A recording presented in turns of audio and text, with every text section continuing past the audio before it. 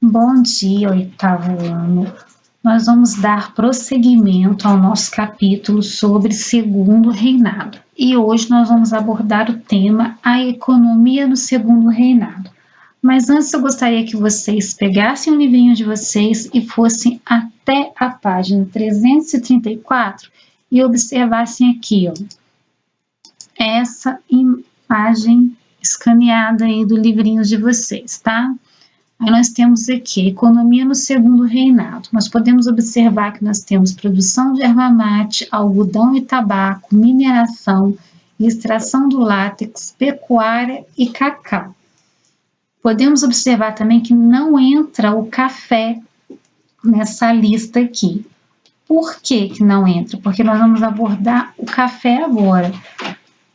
Por qual motivo? Porque esses produtos aqui, eles vão continuar sendo comercializados, com exceção da mineração, que vai chegar num determinado momento aqui no Brasil, que ela vai ser extinta, não extinta de um todo, como um todo, mas vai chegar um determinado momento em que a pecuária, o cacau, algodão, tabaco, erva mate e a extração do látex vão ainda estar em grande produção, porém o café vai ser a nossa moeda principal. O café vai ser o nosso principal produto e a nossa principal moeda. Vamos tentar entender como é que funcionava isso, né? Nessa primeira imagem que eu tenho aqui, eu tenho uma tabelinha pequena ali, daqui a pouco eu vou ampliá-la para vocês. Aí nós temos a crise nas economias, como do ouro, do açúcar, do tabaco e do algodão.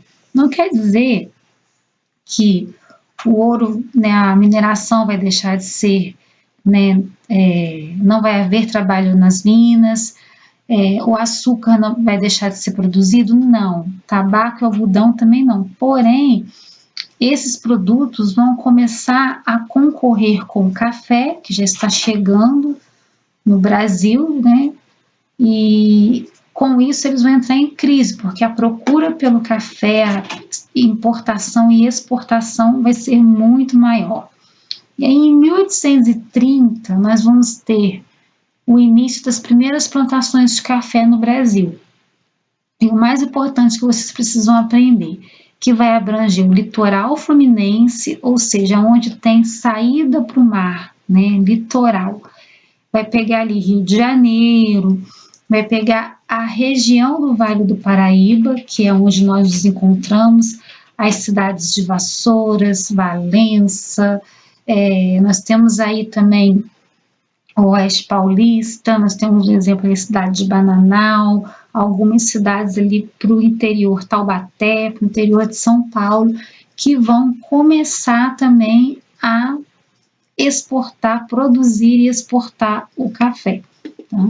E aí agora nós vamos dar uma olhadinha nessa tabelinha aqui ampliada. Essa imagem aqui em cima, vocês podem observar que nós temos uma xícara com o famoso cafezinho brasileiro. Aqui nós temos o fruto do café, né? Porque o café é um frutinho, né? Uma fruta. E aqui nós temos o grão, né, antes dele ser moído, né? E aí nós temos aqui duas tabelas que está nos mostrando como que esse avanço da produção de café ocorreu. Primeiro, nós temos aqui Vale do Paraíba, estou falando da nossa região, tá? O predomínio no café aqui foi de 1850, então predominou até 1850, e de 1830, vamos arredondar para 1860, acrescentar mais 10 anos aí, que em 1860 o café ainda bombava aqui no Vale do Paraíba. O modelo típico vai ser o modelo de plantation, tá? Nós vamos estudar esse modelo de plantation de forma separada, eu vou dar uma revisada nesse assunto com vocês, porque vocês viram isso lá na história dos Estados Unidos da América, como que era o modelo de plantation. Técnicas de produção rudimentares, o que quer dizer isso? São técnicas de produção muito simples, o produto estava chegando. Quando eu falo produto, estou falando disso aqui, ó, da muda do café, né?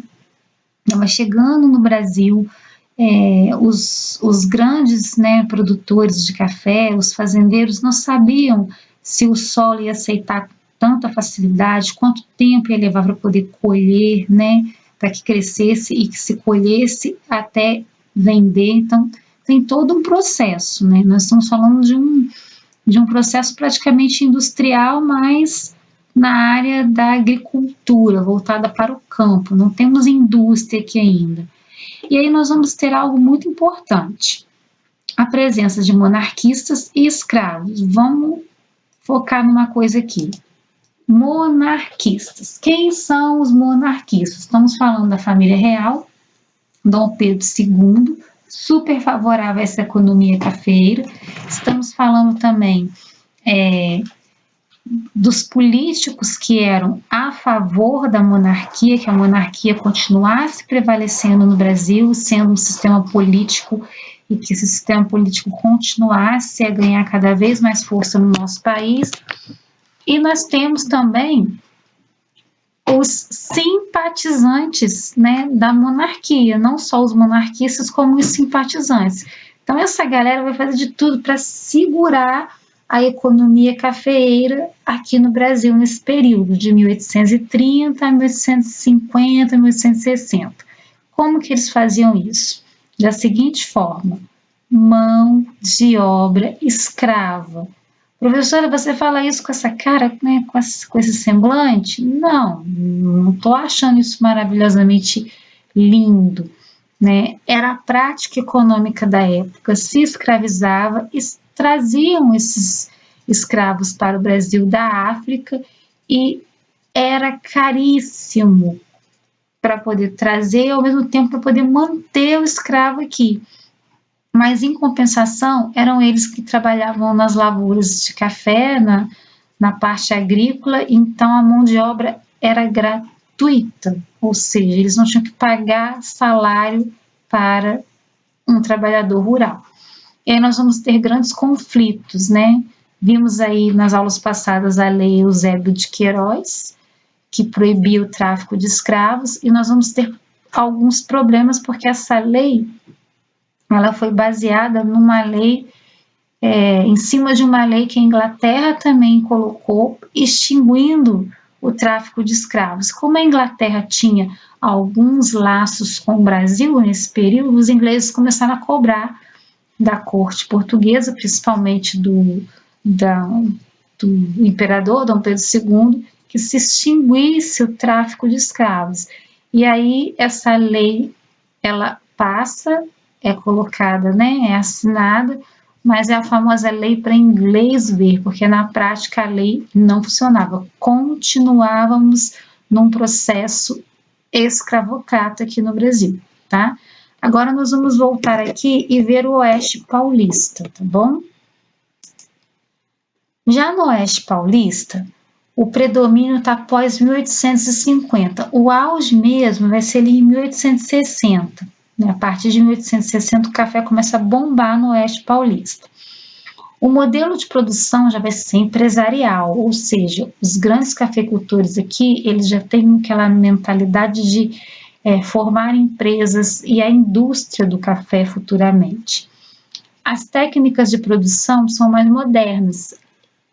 A galera do Oeste Paulista começa a estudar melhor o solo, começa a entender melhor como é que essa planta funcionava. E aí nós vamos ter a presença de republicanos e abolicionistas. Quem são essas pessoas? Republicanos e abolicionistas, eles eram contra o sistema monarquia, dos monarquistas e escravocrata. O que os abolicionistas queriam? Libertar os escravos e pagar pelo seu trabalho. E os republicanos queriam derrubar a monarquia e instituir uma república no Brasil. Porém, isso ainda está muito longe de acontecer. E aí nós vamos ter as dificuldades no escoamento de café. O que vem a ser isso? Dificuldades no escoamento de café. O café, ele precisava sair da fazenda e ir, né, chegar até o litoral. No Vale do Paraíba, beleza, nós temos ali o Rio de Janeiro, os portos ali onde tem os navios, né? Onde ficavam os navios para se escoar o café. Que escoamento é esse? Mandar o café para fora do Brasil. E no Oeste Paulista, nós vamos ter o litoral de Santos, Porto de Santos, tá bom? E aí aqui nós vamos ter, no Oeste Paulista, uma implementação de ferrovias. Como assim? O Barão de Mauá, gravem esse nome, Barão de Mauá, uma figura importantíssima, vai entrar agora em cena e ele vai começar a desenvolver e trazer as estradas de ferro para o Brasil. E aí o café não só saía pelo mar, mas ele chegava mais rápido até o porto, porque a ferrovia, o trem, levava sacas e sacas de café. Então, vocês estão conseguindo captar isso? Qualquer dúvida, só pausa o vídeo, manda uma pergunta para a professora, tá bom? A dúvida. Vamos dar prosseguimento aqui. Aí vimos aqui a implementação de ferrovias. Então, as ferrovias vão facilitar muito, inclusive para que o brasileiro, né, o povo que aqui já estava vivendo e sobrevivendo no Brasil, pudesse circular também para outros estados. No Vale do Paraíba, nós tivemos uma menor produtividade no começo. Já no Oeste Paulista, maior produtividade e uma qualidade melhor desse café. A mão de obra escrava no Vale do Paraíba. No Oeste Paulista, nós vamos ter mão de obra escrava, porém, a proposta era mão de obra salariada com a chegada dos imigrantes, que nós vamos ver na próxima aula, tá? Vamos prosseguir aqui para a gente entender como é que esse produto ele é tão cobiçado aqui no Brasil. Destaques, né, da economia do segundo reinado. O café, o nosso grande produto. E aí as fases. O Vale do Paraíba abrange de 1830 a 1860, Oeste Paulista abrange de 1860 a 1930. O surto industrial, quer dizer, quando a coisa começa assim a avançar, quando o Barão de Mauá entra, né, colocando ali, né, capitalizando e investindo nas ferrovias. Nós vamos ver a tarifa Alves Branco na próxima aula e vamos ver como que ela funcionava, tá? Dando prosseguimento aqui, eu quero que vocês prestem atenção que algumas instituições vão ser criadas nesse período, né, do avanço, né, do café no Brasil, da produção de café. Nós vamos ter o Banco do Brasil em 1851, inclusive o Barão de Mauá vai ser dono de um deles, a Estrada de Ferro Mauá em 1854, o telégrafo, que seria como o que veio antes do telefone no Brasil, nós vamos ter o telégrafo, uma forma de se comunicar, né? Mandar uma mensagem, enviar uma mensagem através desse objeto aí, o telégrafo em 1874. E a tarifa Silva-Ferraz em 1860. Tanto a tarifa Silva-Ferraz como a tarifa Alves Branco, nós vamos abordar separadamente, tá bom? Não hoje. E aí, nós vamos ter aqui a chegada dos imigrantes, né? E vamos ter também a figura de Nicolau Vergueiro. Esse camarada aqui, ele vai ser um grande apoiador dos imigrantes no Brasil, principalmente dos primeiros que chegam aqui, no caso, os italianos, né? Em 1870, nós vamos ter a imigração subvencionada. Vou explicar isso aqui para vocês na próxima aula. E outros destaques que apareceram nessa economia aqui, na produção do café. Caixa Econômica, 1861, e sede da Bolsa de Valores do Rio de Janeiro. Na página 335 do livro de vocês, está lá, cidadania no dia a dia, agropecuária e destruição ambiental. No século XIX, a ampliação da produção cafeeira e as outras atividades agrícolas tiveram forte impacto no meio ambiente. Observe a seguir como a instalação de uma fazenda de café no século XIX alterava a dinâmica ambiental. Na própria página do livro de vocês, logo embaixo desse textinho, tem uma foto. Eu tentei melhorar a resolução aqui, mas eu só consegui isso, tá? Mas dá para visualizar. Vamos observar aqui, nós temos 4 pontos aqui nessa imagem. Vamos começar pela número 1. A número 1, ela está nos mostrando o seguinte, tá vendo a mata aqui no fundo? Então, essas matas ficam perto das fazendas na época, né? E elas eram usadas para retirada de madeira necessária na manutenção dos equipamentos agrícolas domésticos, ou seja, vai haver um desmatamento, tá? Número 2, onde está? 2 está aqui embaixo. 2 está apontando para o rio, né? Os rios eram a principal fonte de água das fazendas. Com a destruição das matas ciliares, sofreu um processo de assoreamento. O que significa isso? Significa que o acúmulo de terra que ia para o rio e detritos nas suas águas, ou seja, urina, fezes, lixo, tudo isso ia para esses rios próximos às fazendas. Então, com o tempo, esses rios ficavam praticamente inutilizáveis, aterrados, quando não viravam córregos, né? Bem imundos. Isso tudo para instalar uma fazenda que produzia o café. Vamos sair da 2, vamos para a 3. A 3, vocês estão vendo que essa encosta aqui, um morro, né? Bem atrás aqui da Casa Grande, o que nós temos aqui? As encostas dos morros, muitas vezes desmatadas, acabavam gerando problemas de erosão do solo. Então, o que acontecia? Você desmata o solo, você tira a plantação, você está tirando as raízes. Então, o solo fica vulnerável, ele começa a esbarrancar, a cair, e aí isso gerava muitos problemas aqui. E, por fim, a 4, que está bem aqui, né, para cima, né, que nós vamos ver o escoamento dos produtos, para onde o café ia, né. Então, para o escoamento dos produtos, era necessário abrir estradas, então, mais desmatamento, né, para poder abrir essas estradas, para poder, né, levar o produto final, o café, para o litoral, para que ele pudesse sair e ser exportado. Então, para o escoamento dos produtos era necessário abrir estradas, principalmente que levasse ao litoral. Então, se vocês observarem bem essa imagem no livrinho de vocês, todos os pontinhos, 1, 2, 3, 4, vocês vão ver que em volta da fazenda, né,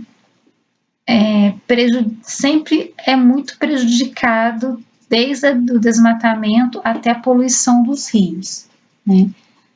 Agora, nós vamos observar o seguinte, que as fazendas cafeeiras e outros locais de produção agrícola e pecuária também, no período do Império, eram organizados para explorar o solo ao máximo.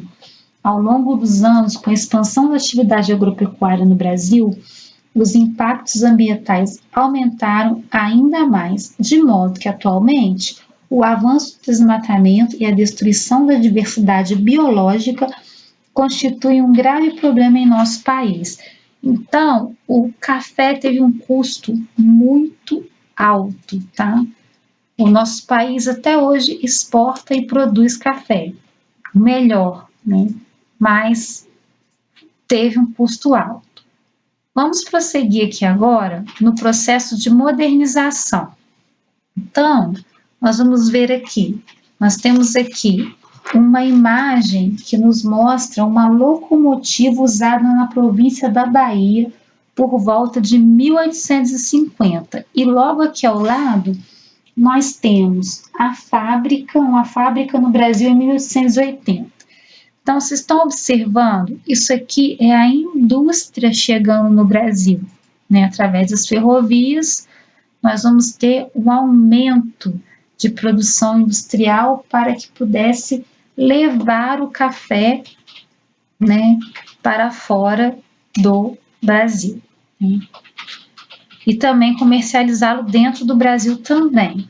E aí o processo de modernização, nós vamos falar um pouquinho do processo de modernização no próximo vídeo. Então não perca, prestem atenção no que nós temos para trabalhar dentro dessa economia do segundo reinado, e dúvidas é só chamar.